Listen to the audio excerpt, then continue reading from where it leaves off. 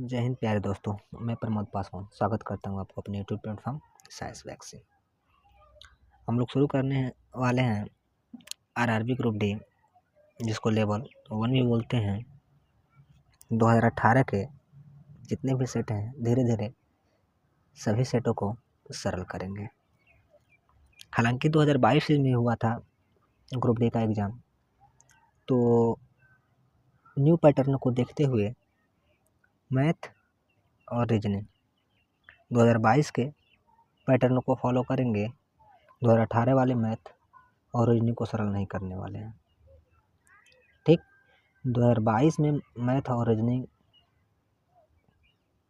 जो हुआ है 2022 में मैथ और रीजनिंग को ख़त्म करने के बाद ही हम 2018 पे मैथ और रीजनिंग का फोकस करेंगे।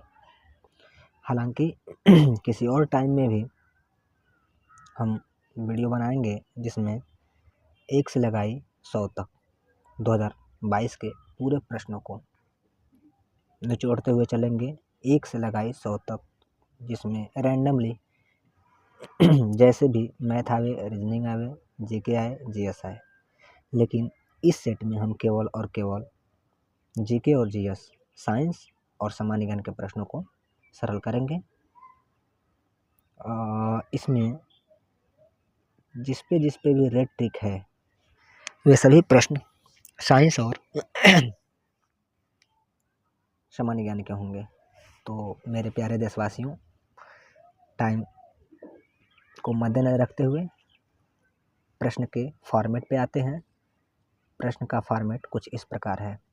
कह रहा है, दूसरा प्रश्न आप लोग देखेंगे साइंस का प्रश्न सॉरी दोस्तों, साइंस का प्रश्न है। कह रहा है, हाइड्रोजन के द्रव्यमान से ऑक्सीजन के द्रव्यमान का अनुपात हमेशा होता है। अब कैसे पता लगाएंगे? तो सभी को पता है हाइड्रोजन और ऑक्सीजन के संयोग से H2O बनता है। अब ये भी बात हम लोग को पता है कि ये जो हाइड्रोजन, ऑक्सीजन या बोले तो जो निष्क्रिय गैसें हैं वे द्विपरमाणुक होते हैं। द्विपरमाणुक के लिए यहाँ पर 2 लगाएंगे तब जाकर के H2O होगा। और देखा जाए तो रिएक्शन अभी डिसबैलेंस है। इसको बैलेंस करने के लिए हम क्या करेंगे, यहाँ पर 2 से गुणा कर देंगे। जब 2 से गुणा करेंगे तो राइट वाला तो बैलेंस हो गया, लेफ्ट वाला डिसबैलेंस हो गया। तो हम लेफ्ट में भी क्या करेंगे, हाइड्रोजन के पहले कोएफिशिएंट 2 लगाएंगे। ठीक, अब हमारा रिएक्शन संतुलित हो गया। मेरे भाई, एक दूसरी विधि से भी इसको संतुलित कर सकते हैं। H2 + O2 forward reaction H2O, और यहाँ पर लगा देंगे हाफ। क्यों हाफ? 2 से 2 कट जाएगा, 2 से 2 कट जाएगा, और ऑक्सीजन कितना बचेगा? 1 बचेगा। तो इस केस में चलिए इसी को देखिए आप लोग। तो H2O में देखा जाए हाइड्रोजन और ऑक्सीजन का अनुपात, तो हाइड्रोजन का 3 समस्थानिक होता है, 1H1, 1H2, 1H3, जिसको प्रोटियम, ड्यूटेरियम और ट्राइटियम कहते हैं। प्रोटियम, ड्यूटेरियम, ट्राइटियम कहते हैं। इसका भार होता है 1, एक्यूरेट होता है 0.008 होता है, लेकिन सुविधा के लिए 1 मानते हैं। और क्या भाग है, तो आप लोग क्या बताएंगे? 2 भाग है, तो इंटू 2 और प्लस इसमें देखेंगे और उसके बाद ऑक्सीजन का कितना है H2O में? H2O में ऑक्सीजन कितना है? ऑक्सीजन 1 है। परमाणु क्रमांक इसका कितना होता है? 8 होता है। तो हम लोग बेसिकली क्या करते हैं परमाणु भार ज्ञात करने के लिए 2 गुना या 2 गुने से 1 अधिक कर देते हैं। सम होता है तो 2 गुना करते हैं, विषम होता है तो 2 गुने से क्या करते हैं? 1 अधिक कर देते हैं। तो परमाणु क्रमांक ऑक्सीजन का होता है 8, और 8 में 2 से गुणा करेंगे तो 16 हो जाएगा। 16 हो जाएगा। जब इसका रेशियो लेंगे तो कितना आएगा? 1/8 आएगा, जो ऑप्शन नंबर डी परफेक्ट है। अगला थ्योरिकल है। जब कह रहा है, जब तक किसी पिंड पर असंतुलित बल लागू किया जाता है तब इसकी निरंतर क्या परिवर्तन होता रहता है? तो चाल जो है, इसकी चाल निरंतर परिवर्तन होता रहता है। अर्थात जब किसी पिंड पे असंतुलित बल लागू रहता है। असंतुलित बल क्या होता है? तो पहले इसका एग्जांपल हम लेंगे। सपोज करें यहाँ पर एक पिंड है, इधर भी रस्सी है, इधर भी रस्सी है, कुछ प्लेयर इसको खींच रहे हैं इधर से, कुछ प्लेयर इसको इधर से खींच रहे हैं। ठीक, चलिए इधर 3 कर दे रहे हैं। जब इसको खींचा जा रहा है, ये इसको अपनी तरफ खींच रहा है, इसको अपनी तरफ खींच रहा है, और रिजल्ट क्या है, ये जो पिंड है ना इधर जा रहा है ना इधर जा रहा है। मीन्स जितना फोर्स यह लगा रहा है उतना ही फोर्स ये भी लगा रहा है, तो इस पर लगने वाला बल संतुलित बल कहलाएगा। क्लियर। और देखिए इधर 3 लोग हैं, इधर 2 लोग हैं। ये 3 लोग के पास फोर्स संयुक्त रूप से फोर्स ज़्यादा होगा, इसके पास फोर्स क्या होगा, कम होगा। ये चाहे तो इसको खींच सकता है। तो इस केस में पत्थर और ये इधर आ सकता है। तो वहाँ पर कौन सा बल कार्य करेगा, वहाँ पर असंतुलित बल कार्य करेगा। अर्थात हम लोग समझ सकते हैं कि असंतुलित बल लगने पर उसकी जो चाल है हमेशा क्या होगी, परिवर्तित होती रहेगी। संतुलित बल लगने से नहीं होगा, क्योंकि ये पत्थर न इधर आ पाएगा न इधर आ पाएगा, क्योंकि यदि यह 10 न्यूटन का लगा रहा है, ये भी 10 न्यूटन का बल इस पर लगाएगा, तो पत्थर अपने स्थान पर क्या रहेगा, अडिग रहेगा। क्लियर। तो इसका परफेक्ट आंसर क्या होगा, चाल होगा। द्रव्यमान का परिभाषा क्या होता है, किसी वस्तु में स्थित उसके संपूर्ण परिमाण को ही क्या कहते हैं, द्रव्यमान कहते हैं। आकृति जो जिसको हम लोग शेप बोलते हैं, जो वस्तु जिस स्थिति में जिस फॉर्म में है उसको हम लोग यूजुअली देखकर उसकी आकृति का गणना करते हैं। भार क्या होता है, जिस बल से पृथ्वी किसी वस्तु को अपनी ओर खींचती है।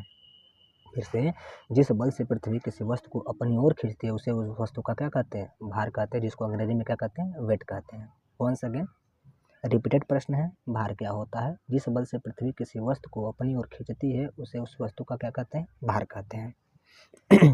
अगला प्रश्न कह रहा है, जब एग्जाम हुआ था उस समय का, ये प्रश्न करंट अफेयर का था। ट्रैफिक को नियंत्रित करने के लिए रोबोट का उपयोग करने वाले भारत के पहले शहर का नाम बताएं। ट्रैफिक को नियंत्रित करने के लिए भारत का ऐसा कौन सा शहर है जो रोबोट का प्रयोग करता है, तो मेरे भाई option D Indore is correct answer.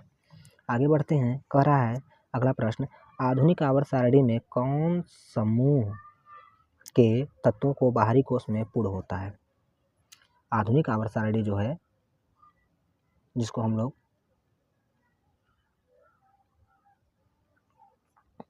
Periodic table कहते हैं, उसमें कह रहा है आधुनिक आवर्त सारणी में कौन समूह के तत्वों का बाहरी कोश पूर्ण होता है। तो 18वां क्या होता है, 18वां समूह, जिसके अष्टक पूरा होते हैं वे 18वें समूह में आते हैं। ये कौन समूह में आते हैं, 18वें समूह में आते हैं। 18वें समूह को क्या क्या कहा जाता है, नोबल गैस कहा जाता है, निष्क्रिय गैस कहा जाता है, अकड़ु कहा जाता है। ठीक है, इसकी क्या विशेषताएं होती है, यह किसी भी एलिमेंट्स के साथ, किसी भी तत्व के साथ न अभिक्रिया करता है, न अपने साथ अभिक्रिया करने देता है। क्लियर। कुछ विवादित हैं, कुछ अपवाद भी हैं, तो हम लोग नहीं जानने वाले हैं। ठीक, तो 18वां बी वाला ऑप्शन सही होगा। बात करेंगे 17वां क्या होता है, तो 17वां को हम लोग क्या बोलते हैं, हैलोजन बोलते हैं, जिसमें फ्लोरीन, क्लोरीन, ब्रोमीन, आयोडीन आते हैं। इन पे सब पे चार्ज -1 होता है, क्योंकि बाहरी कोश में इनके 7 इलेक्ट्रॉन यदि हैं तो क्या करते हैं, एक इलेक्ट्रॉन को वे एक्सेप्ट करने का कार्य करते हैं, एक इलेक्ट्रॉन को वे ग्रहण करने का कार्य करते हैं।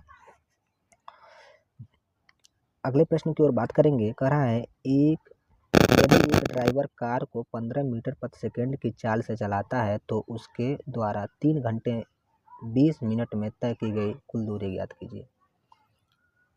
जब इसको एनालिसिस कर रहे थे ऐसे लग रहा था कि हम मानो ये फिजिक्स का है, लेकिन मैथ का है। कोई बात नहीं, इसको सरल करने का प्रयास करते हैं। दिया हुआ है चाल दे दिया हुआ है कितना, 15 मीटर पर सेकेंड। मेरे भाई सबसे बड़ी बात होती है टाइम स्पीड में, सबसे बड़ी बात होती है मात्रक को एक पद्धति में करना। समय कितना दिया हुआ है, 3 घंटे और 20 मिनट, 3 घंटे 20 मिनट।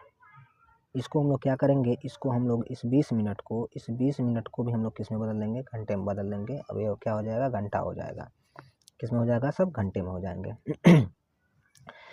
तो पूछ रहा है कि कुल दूरी, डिस्टेंस हमसे पूछ रहा है। तो मेरे प्यारे देशवासियों, बच्चे को पता होता है चाल बराबर दूरी बटे समय। चाल इसका कितना दिया हुआ है, 15 मीटर प्रति सेकंड है, तो इसको हम लोग क्या करेंगे, किलोमीटर प्रति घंटा में ज्ञात करने के लिए हम लोग 18/5 से गुणा करेंगे।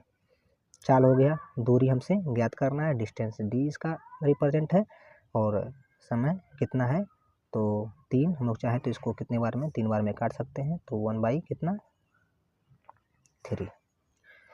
इसको 3 बार में इसको काट सकते हैं और 18 3 54 बराबर 3 3 9 1 10 बटे कितना हो जाएगा, 10 बटे कितना हो जाएगा मेरे भाई, 10 बटे कितना हो जाएगा 3।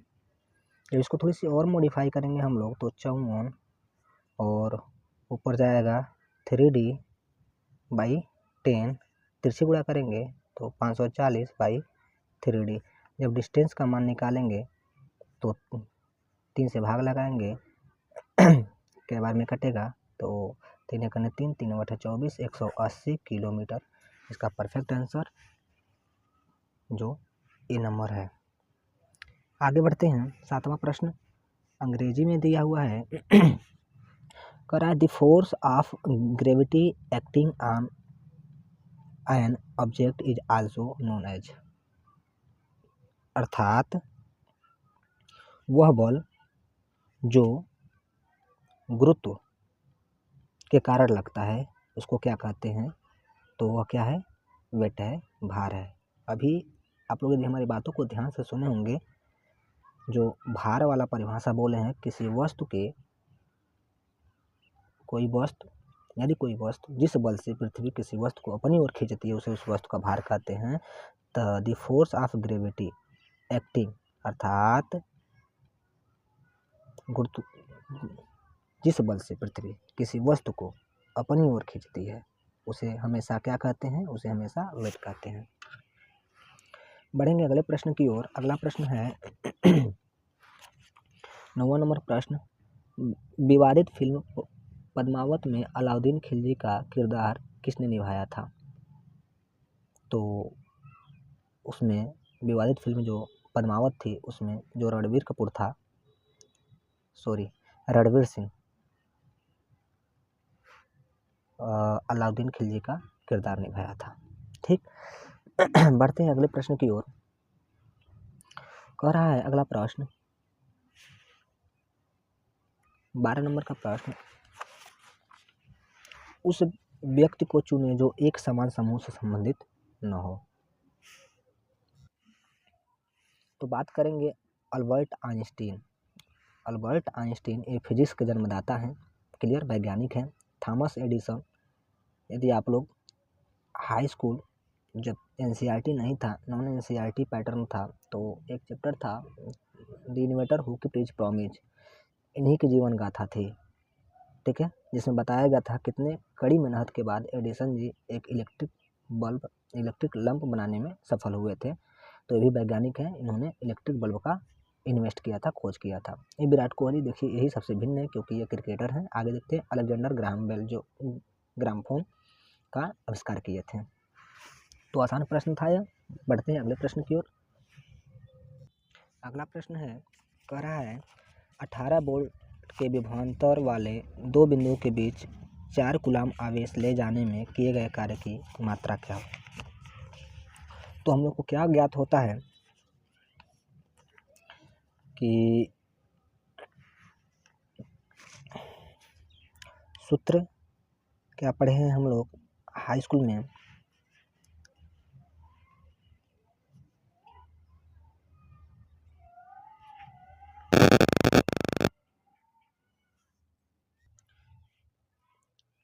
we know that V is equal to W/Q means आवेश पर या एकांक आवेश पर किए गए कार्य को ही वैद्युत विभव कहते हैं।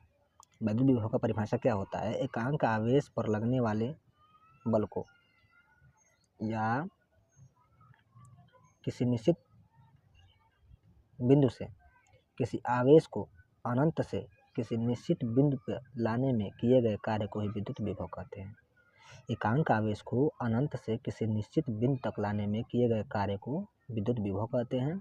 V = W/Q क्या क्या दे रखा है, V का मान दे रखा है 18, W का मान कार्य हमसे पूछ रहा है और दिया है कितना, Q का मान 4।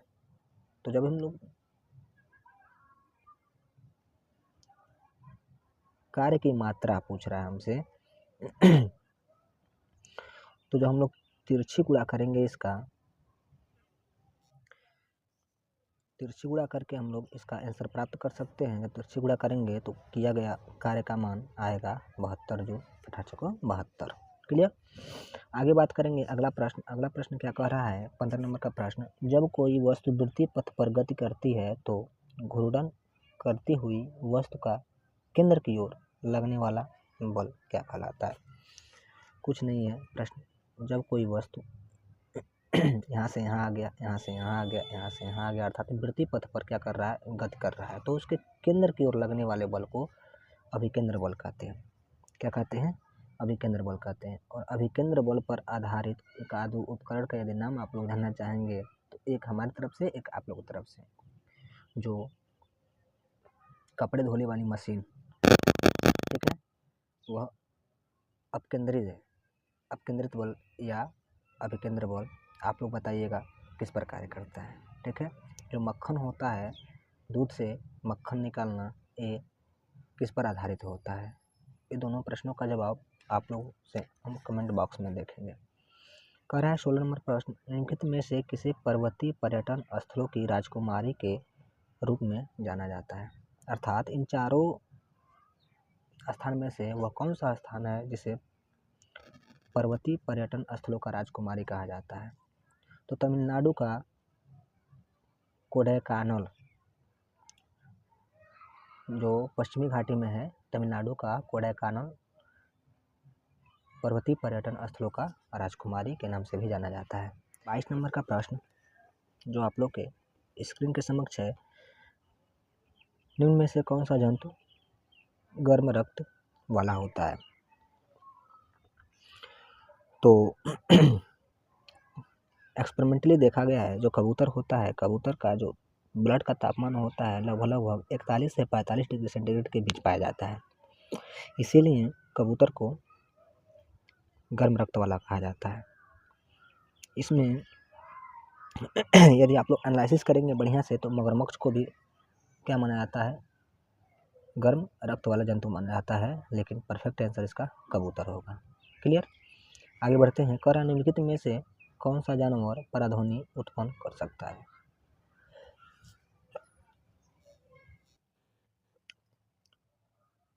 कह रहा है निम्नलिखित में से कौन सा जानवर पराध्वनि उत्पन्न कर सकता है। तो हम लोग पढ़े हैं सिर्फ चमगादड़ का नाम। इसके अतिरिक्त क्योंकि चमगादड़ इसमें है नहीं तो जाहिर सी बात है थोड़ा सा एनालिसिस करना पड़ेगा। तो मेरे प्यारे देशवासियों, चूहा भी क्या होता है, पराध्वनि को उत्पन्न करता है। उसके बाद चमगादड़ भी पराध्वनि को उत्पन्न कर सकता है। इसके अतिरिक्त एक पारपोइसेस जो डी नंबर का है, पारपोइसेस भी एक ऐसा जंतु है, ठीक है, जो पराध्वनि उत्पन्न करता है। पराध्वनि का मतलब क्या होता है, यदि हम लोग बोलते हैं और हमारे कानों तक हमारी आवाज़ सुनाई देती है तो उसे हम लोग क्या बोलते हैं, पराध्वनि बोलते हैं। फॉर एग्जाम्पल यदि हम लोग कुआं में जा कर के बोलें, कुआं पर जाकर बोलें तो हमारी ही आवाज़ हमें सुनाई देती है। या यदि किसी निश्चित दूरी पर हम लोग खड़े हैं और आगे बड़ी सी बिल्डिंग है और हम लोग बोलते हैं तो हमारी ही आवाज़ उससे टकरा करके हमारे कानों को सुनाई देती है। इस घटना को हम लोग क्या बोलते हैं, पराध्वनि बोलते हैं। बात करेंगे अगला प्रश्न 25। करा निम्न में से कौन सा विकल्प उस लवण का उदाहरण है जिसके जलीय विलयन का पीएच मान 7 से कम होता है। अर्थात ओवरऑल कह रहा है इन चारों में से ऐसा कौन सा वह प्रोडक्ट है जो अम्लीय प्रकृति का है। तो अमोनियम क्लोराइड जिसका फार्मूला होता है NH4Cl, sodium bicarbonate NaHCO3, sodium chloride NaCl और sodium bicarbonate sodium carbonate Na2CO3। अम्लीय प्रकृति का कौन है मेरे भाई, तो हम लोग देखते हैं अमोनियम क्लोराइड जो है NH4Cl, ठीक है, अमोनियम क्लोराइड NH4 अम्लीय प्रकृति का है। ठीक, ये जो है ये लवण है, सोडियम क्लोराइड लवण है, सोडियम कार्बोनेट क्या है, लवण है, सोडियम बाइकार्बोनेट क्या है, लवण है। ये लवण क्या होता है, तो जब हम लोग अम्ल को और क्षार को जब हम ऑप्शन का खंडन कर रहे होते हैं, लाइसेंस कर रहे होते हैं, तो आप लोग क्या करिए, कलम और पेन का प्रयोग करते हुए एक एक बात को लिखिए, क्योंकि जिन प्रश्नों का हम निचोड़ दे रहे हैं आप लोगों को, और कॉम्पिटिटिव एग्जाम के दृष्टिकोण से मोस्ट इम्पोर्टेंट होता है।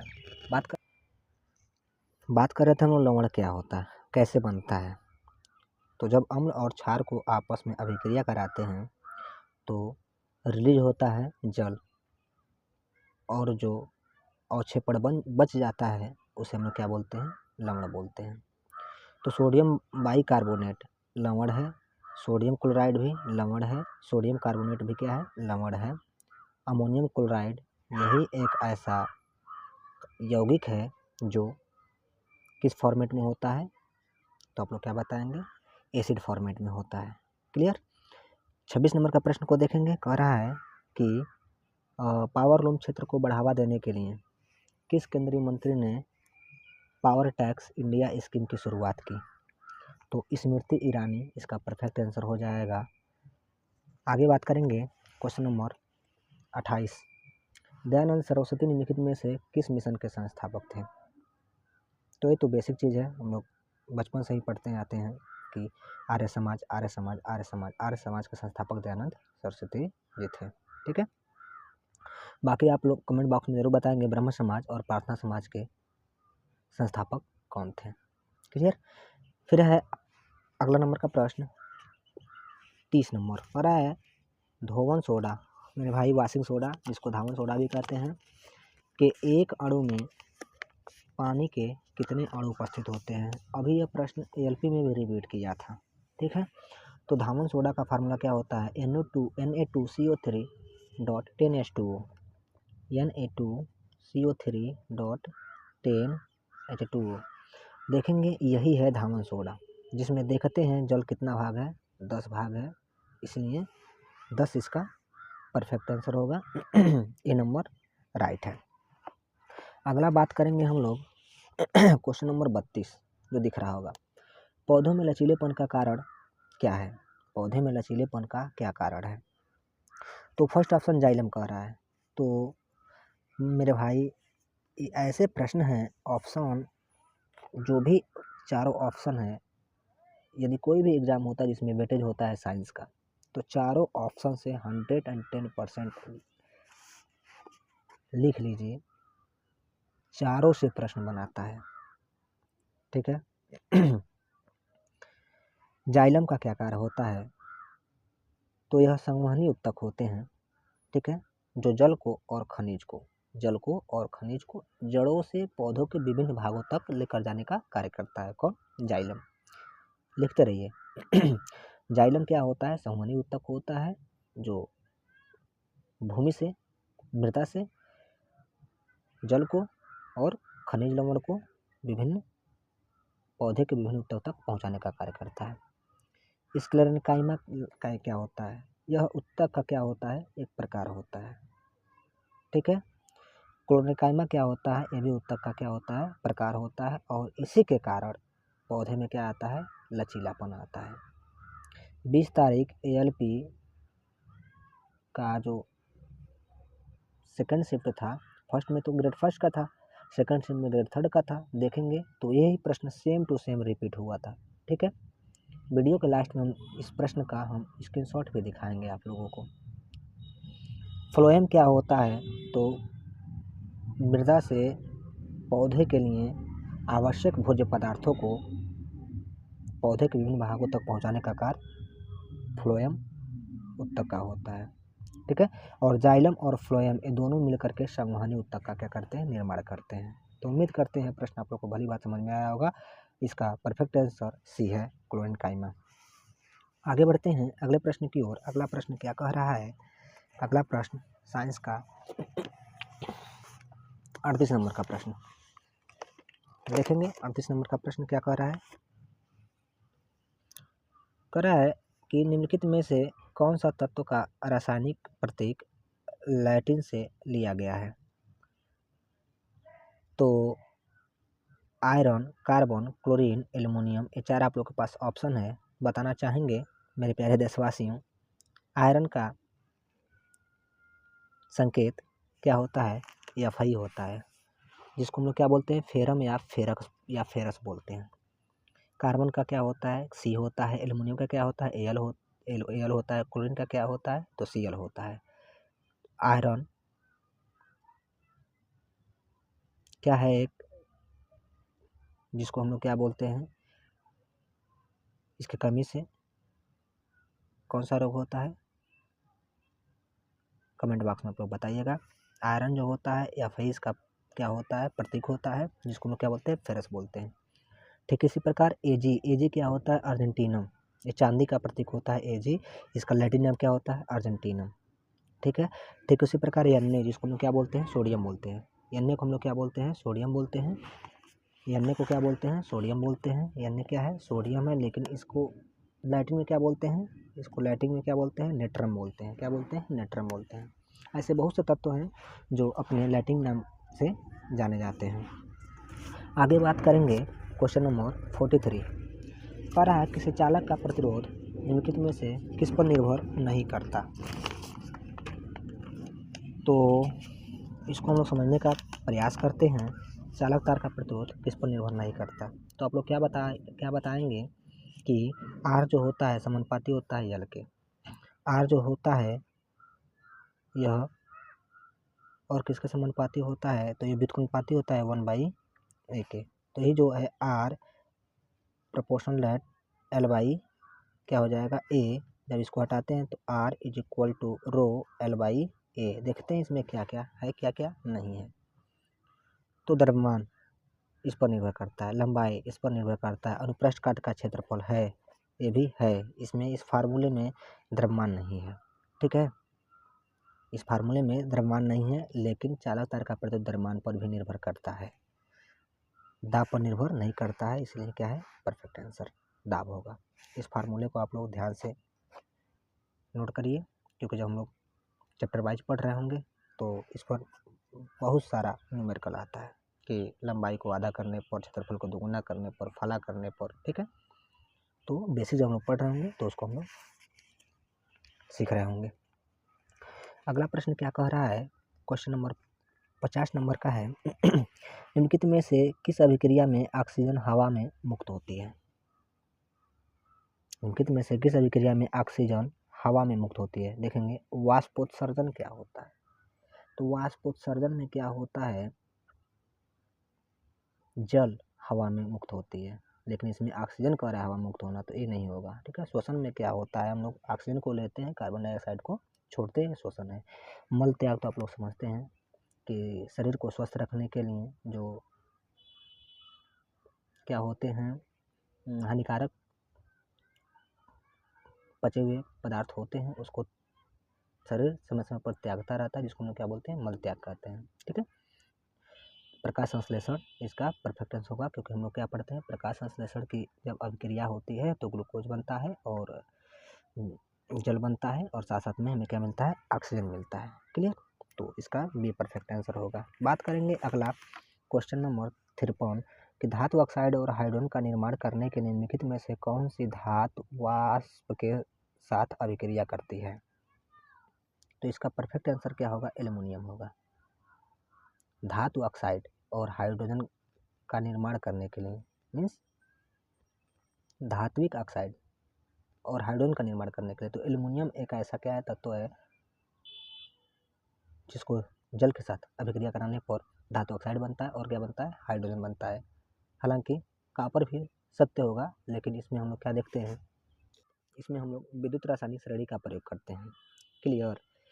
तो जो ज़्यादा अभिक्रियाशील होता है उसको फर्स्ट वरीयता देते हैं, इसलिए इसका परफेक्ट आंसर क्या होगा? एल्युमिनियम होगा। क्लियर? ओके, तो उम्मीद करते हैं प्रश्न भी भली बात समझ में आया होगा। बात करेंगे अगला प्रश्न कह रहा है 55 नंबर का प्रश्न, ध्यान फरमाएंगे मेरे प्यारे देशवासियों। कह रहा है आमतौर पर विद्युत धनात्मक तत्वों की संयोजकता क्या होती है? अब बात करेंगे संयोजकता क्या होती है, वैलेंसी क्या होती है। अष्टक पूरा करने के लिए त्यागे गए या ग्रहण किए गए इलेक्ट्रॉनों की संख्या को संयोजकता बोलते हैं। मीन्स अष्टक पूरा करना है, अभिक्रिया में शामिल होने के लिए, अभिक्रिया करने के लिए ही कोई तत्व क्या करता है, अष्टक इलेक्ट्रॉनों को त्यागता है या क्या करता है, ग्रहण करता है। तो जिस तत्व के इलेक्ट्रॉनिक विन्यास करते वक्त, जिस तत्व का इलेक्ट्रॉनिक विन्यास करते टाइम हम लोग किसका प्रयोग करते हैं इलेक्ट्रॉनिक विन्यास करने के लिए, 2n², बोहर बनी का परमाणु मॉडल से 2n², जहाँ n है, n बराबर क्या होता है, अक्षों की संख्या 1 2 3 4 5 6 कुछ भी हो सकता है। इसके अकॉर्डिंग क्या होता है, 2 8 18 और 32, मीन्स 2 8 18 32 KLMN ऐसे हम लोग पढ़ते हैं। ठीक, तो जिस भी तत्व का इलेक्ट्रॉनिक विन्यास करते हैं जिसके बाहरी कोष में या तो 1 या तो 2 या तो 3 होते हैं, जिसके बाहरी कोष में या तो 1 हो या तो 2 हो या तो 3 हो, वो होता है मेटल, मीन्स धातु होता है। क्लियर। और जिसके बाहरी कोष में 4 होता है वह त्याग भी सकता है, वह ग्रहण भी कर सकता है, त्याग भी सकता है और ग्रहण भी कर सकता है। तो इसको हम क्या बोलते हैं, उपधातु बोलते हैं। ठीक है। लेकिन जिसके बाहरी कोष में 5 होता है, 6 होता है, 7 होता है, उनका नेचर क्या होता है, अधातु का होता है। तो इलेक्ट्रॉनिक विन्यास करते समय जिसके बाहरी कोष में या तो 1 इलेक्ट्रॉन है या तो 2 है या तो 3 है, वो धातु होता है। जिसके बाहरी कोष में 4 है, वो धातु और अधातु दोनों का उसके अंदर क्वालिटी होती है। वो निर्भर करता है किस पर, जिसको हम लोग क्या बोलते हैं, अर्धचालक बोलते हैं। वो किस पर निर्भर करता है, वो तापमान पर निर्भर करता है। तापमान बढ़ाने पर उसकी चालकता बढ़ती है घटती है, या तापमान घटाने पर उसकी चालकता बढ़ती है घटती है। इस केस में होते हैं जैसे जर्मेनियम, सिलिकॉन, कार्बन, ये सब हैं। ठीक है, कार्बन परिवार के। और 5 6 7 जिसके बाहरी कोष में होते हैं वो क्या होते हैं, अधातु होते हैं। तो उम्मीद करते हैं थ्योरी आप लोगों को समझ में आया होगा। बात करेंगे अगले प्रश्न की ओर। अगला प्रश्न है तो इसका परफेक्ट आंसर क्या होगा, 1 2 3 होगा। 1 2 3 मीन्स सी नंबर का ऑप्शन सही होगा। कह रहा है 56 नंबर का प्रश्न, निम्नलिखित में से कौन सा न्यूटन गति के तीसरे नियम का उदाहरण है। एक कह रहा है जब एक बस अचानक चलती है तो यात्री को पीछे की ओर झटका लगता है। न्यूटन की गति का तीसरा नियम का पूछ रहा है। तो यह क्या है, न्यूटन का गति विषयक प्रथम नियम है। यदि कोई वस्तु विरामावस्था में है तो विरामावस्था में रहना चाहिए, क्योंकि चला है, अचानक चलती है, बस चला है, बस रुका था तो यात्री उसके सतह पर रुका था। लेकिन जब बस चला था तो यात्री रुकना चाहता है, इसलिए उसके पीछे की ओर झटका लगता है। रॉकेट लॉन्च करना, यही है तीसरा नियम। अगले ऑप्शन की ओर बढ़ते हैं।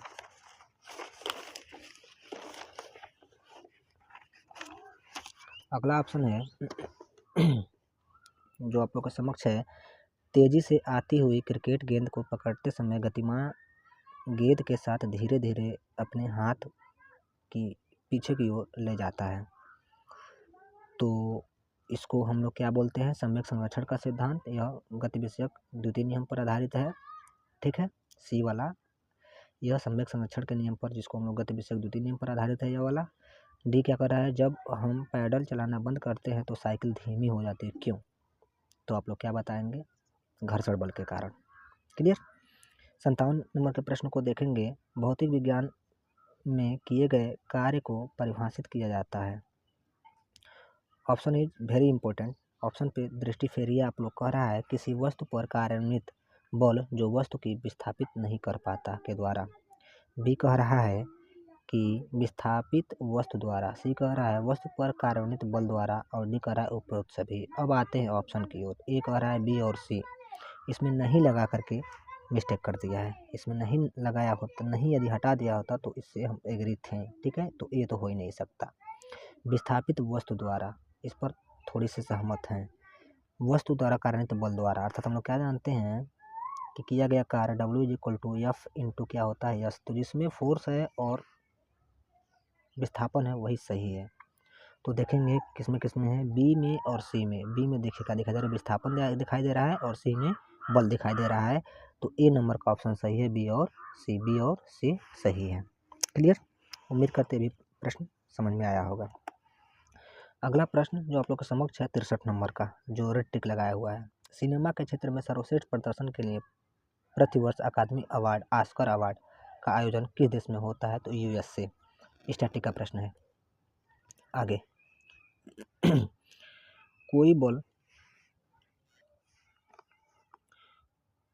66 नंबर प्रश्न क्या कर रहा है? कोई बल 1 kg पिंड की गति को 4 मीटर प्रति सेकंड तक बढ़ा देता है, तो बल द्वारा किया गया कार्य होगा।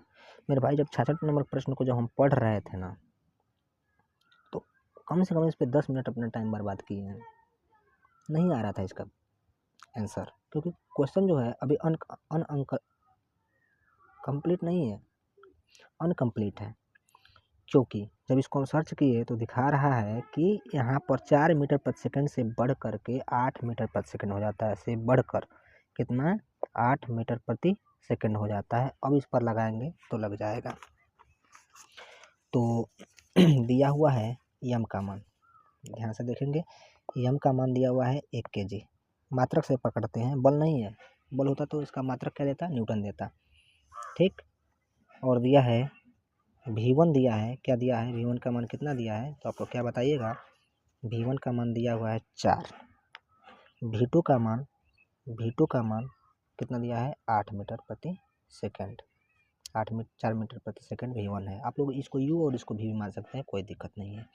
तो फार्मूला क्या होता है? किया गया कार्य स्थितिज ऊर्जा के रूप में संचित हो जाती है। किया गया कार्य पूछ रहा है, अर्थात U is equal to half mv square m1 square half m v1 square half mv v2 square. अर्थात यहाँ पर U is equal to half m v1 square पहला है और दूसरा हाफ mv v2 स्क्वायर। अर्थात इसको U is equal to half m v2 square minus half m v1 square ऐसे करेंगे। इसको हाफ m को कॉमन लेंगे हम लोग। U is equal to half m को कॉमन लेंगे तो v2 का मान कितना है? 8 का वर्ग कितना होता है? 64 होता है। माइनस v1 का मान कितना है? 4 का वर्ग 16 होता है। जब इसको घटाएंगे तो कितना आएगा? 48 आएगा। और m का मान कितना है? 1। m का मान कितना है? 1 गुणे 1/2। अर्थात इसका ओवरऑल कितना इसका आंसर आएगा? 24 जूल। 24 जूल इसका परफेक्ट आंसर हो ए नंबर का। ठीक है। कह रहा है 67 नंबर का प्रश्न कि शतवर्षीय युद्ध किन देशों के बीच लड़ा गया था? तो शतवर्षीय युद्ध इंग्लैंड और फ्रांस के बीच लड़ा गया था। शतवर्षीय युद्ध कब लड़ा गया था? इंग्लैंड और फ्रांस के बीच। अगला प्रश्न कह रहा है जो 70 साइंस का है, पृथ्वी का द्रव्यमान कितना होता है? तो 6 × 10⁻24 kg होता है। बी नंबर इसका परफेक्ट आंसर है। ये ऑथेंटिक है, यूनिवर्सल है, इसलिए इस पर हम कोई चर्चा नहीं कर सकते हैं। ठीक है। 71 नंबर का प्रश्न कह रहा है निम्नलिखित में से किस देश की तटीय रेखा विश्व की सबसे लंबी है? क्लियर? तो इसको आप लोग जरूर बताइएगा कमेंट बॉक्स में कि कौन सा ऑप्शन चारों में से सही है। पहला ऑप्शन कनाडा, दूसरा ऑस्ट्रेलिया, तीसरा इंडोनेशिया, चौथा नॉर्वे। आगे बात करेंगे। अगला प्रश्न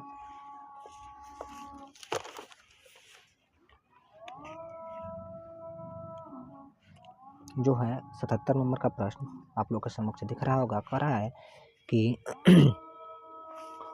वह पुरस्कार कौन सा है जो श्रमिकों को उसके विशिष्ट प्रदर्शन क्षमता, उत्पादकता और प्रदर्शन के क्षेत्र में असाधारण साहस और मानसिक तत्परता की दृष्टि से योगदान के लिए दिया जाता है? तो वह है श्रम पुरस्कार। ठीक है। अगला प्रश्न 79 नंबर का प्रश्न को देख सकते हैं जो बहुत ही बेसिक प्रश्न है। कह रहा है भारतीय संसद का उच्च सदन किसे कहा जाता है? सॉरी दोस्तों, भारतीय संसद का उच्च सदन राज्यसभा होता है, जबकि निम्न सदन लोकसभा होता है। तो निम्न सदन लोकसभा और उच्च सदन राज्यसभा। तो इसका 79 का ए नंबर का प्रश्न, ए नंबर का ऑप्शन 79 का सही होगा। अगला प्रश्न साइंस का क्या है? उस समय का करंट अफेयर का था 84 नंबर का। राष्ट्रपति रामनाथ कोविंद ने नई दिल्ली स्थित राष्ट्रपति भवन में डैश विशिष्ट उपलब्धियों वाले महिलाओं को सम्मानित किया। ये प्रथम महिलाएं अपने अपने प्रतिनिधि क्षेत्र में विशिष्ट प्रतिमान स्थापित करते हैं गृहिणी रही। तो इसका 112 नंबर सही। 112 संख्या कितना था? 112 था। क्लियर? बात करेंगे अगला प्रश्न जो अंतिम प्रश्न रहेगा जीके एंड जीएस का। कह रहा है कि समवर्त कदयान निम्न में से किस खेल से संबंधित है? क्लियर? तो आप लोग कमेंट बॉक्स में इसको ज़रूर बताइएगा। उम्मीद करते हैं भली बात समझ में आया होगा। ओके, नमस्कार प्यारे साथियों। यदि ऑथेंटिक लगा हो तो चैनल को सब्सक्राइब करें, लाइक करें और शेयर करना ना भूलें। जय हिंद।